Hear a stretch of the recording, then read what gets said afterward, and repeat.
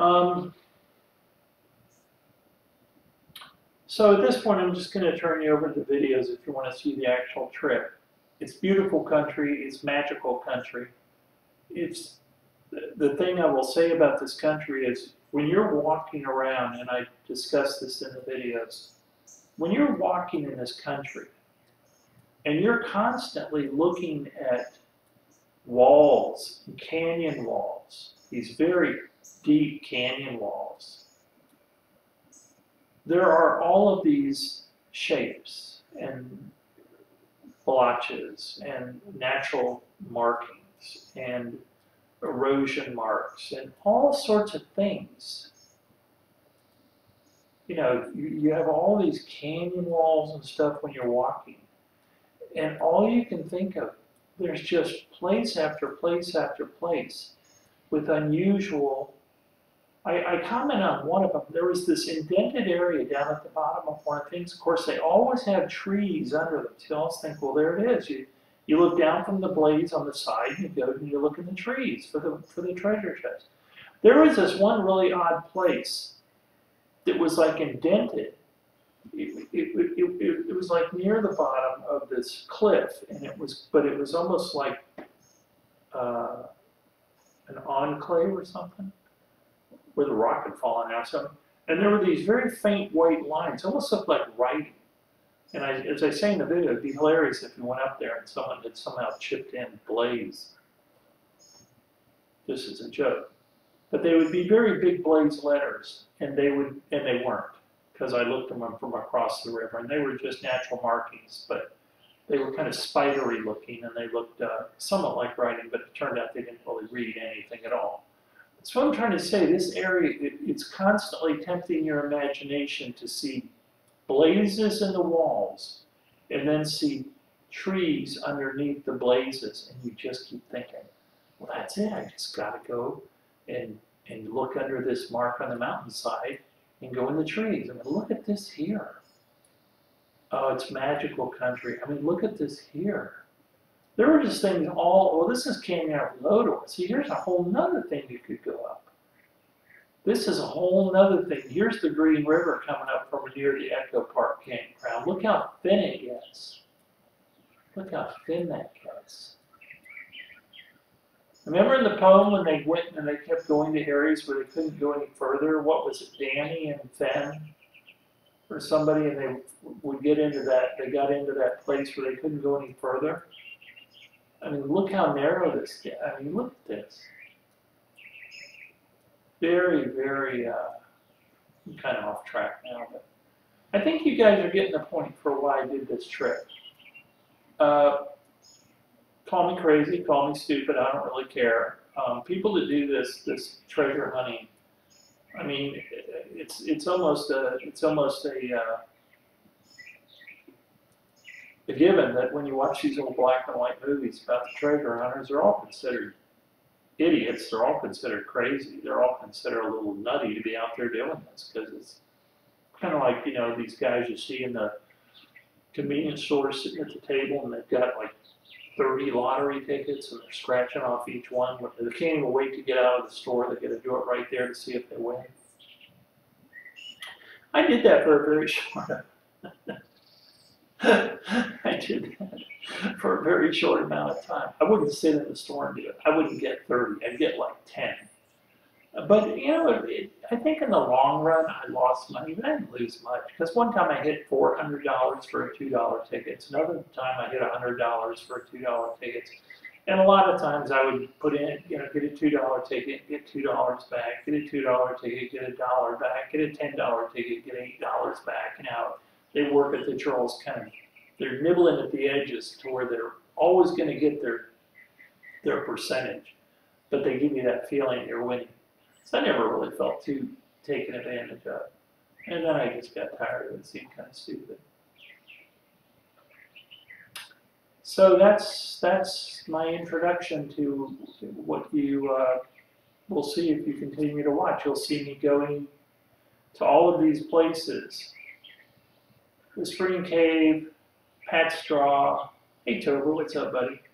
You guys just love everything mechanically. You love to just rub on keyboards, lay on them. Of course, you guys like to rub on everything.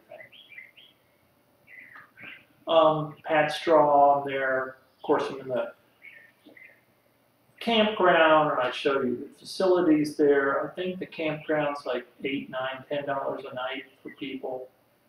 Very inexpensive. They do have a couple of outhouses. All they have are those, excuse me, those crackers where it goes down, hits a slab of rock.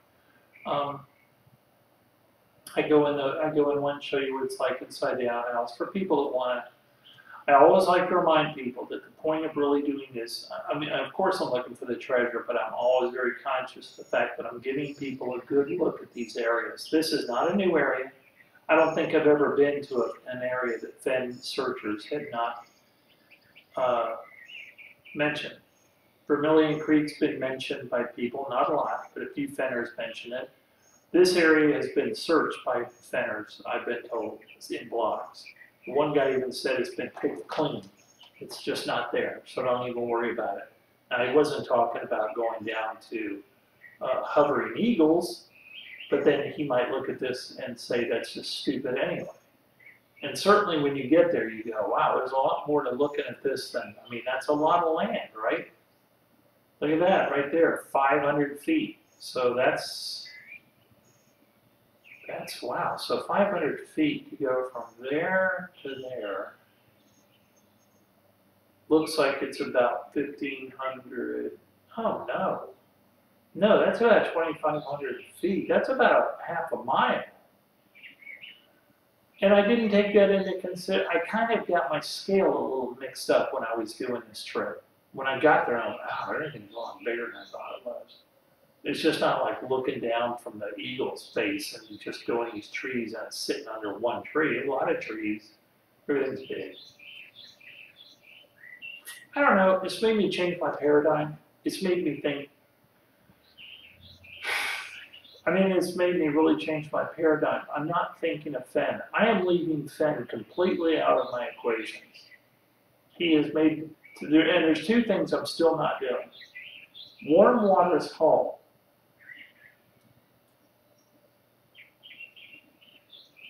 I mean, for all I know, Fenn is sitting at home, maybe he's watching this going, yeah, it's in there, it's in there, it's in Echo Park somewhere, but I couldn't find it.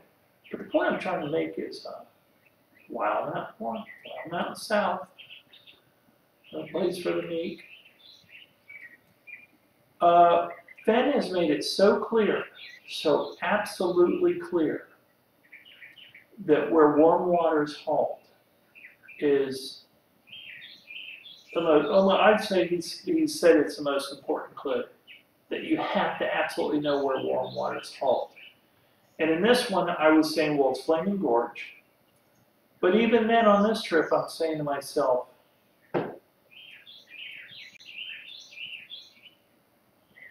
maybe it's Cold Spring Mountain. Now, if it's Cold Spring Mountain,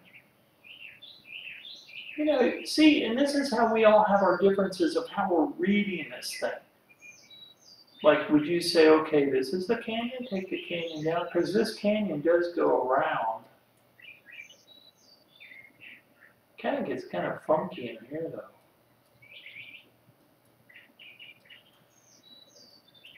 Still ends up down at Browns Park. But then coming down from Flaming Gorge, you could still say if you're on the Green River, put in below, down Green River below Browns Park. I don't know, folks. I'm just running into the same thing we're all running into. I don't know. I didn't find it. I basically got to points where I just said to myself, I'm kind of just spinning my wheels here. Everything's far bigger than I thought it was. Rivers are impassable. Fenn could have never walked to where I'm trying to walk to begin with. The good thing was it was a really cool area to walk around and see. And I mean, just to walk through Echo Park is a very, very incredible experience. And I'm telling you, if you ever get the chance, I don't think I'm ever going to forget Whispering Cave. That phenomena of that cold air is just strange. I guess I'll go Google it and figure out why it does that, how it does that. It's obvious it's just air coming through some, maybe water cooled by something.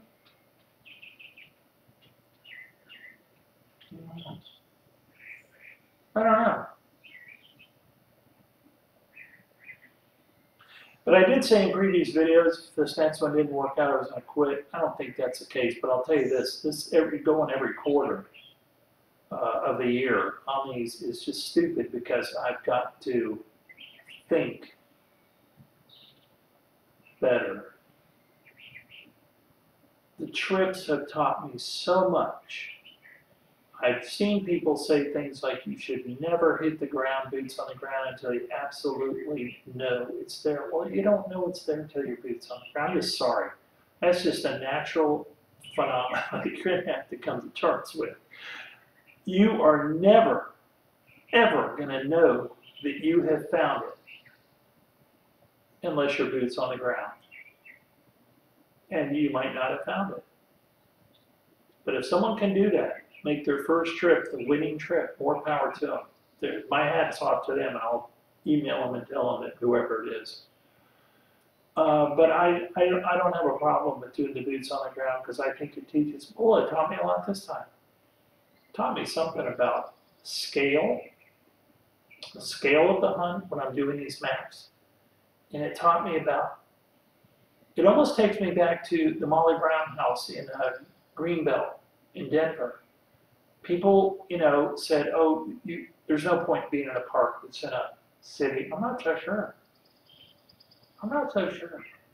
I keep finding that I'm in these areas that look good to me, but I keep finding that Fenn would not have been in these areas. And that right there should tell me a lot, that I've got to quit doing that. It's just kind of, it's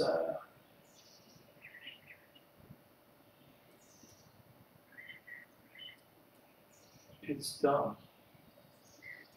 God, it's so easy for me to forget what I'm even looking for. I mean, not what I'm looking for, but where it is. There it is.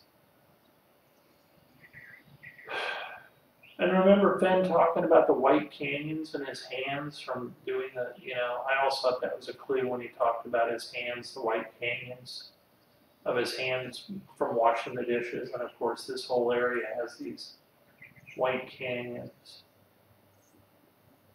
But again, you be the judge. I'm gonna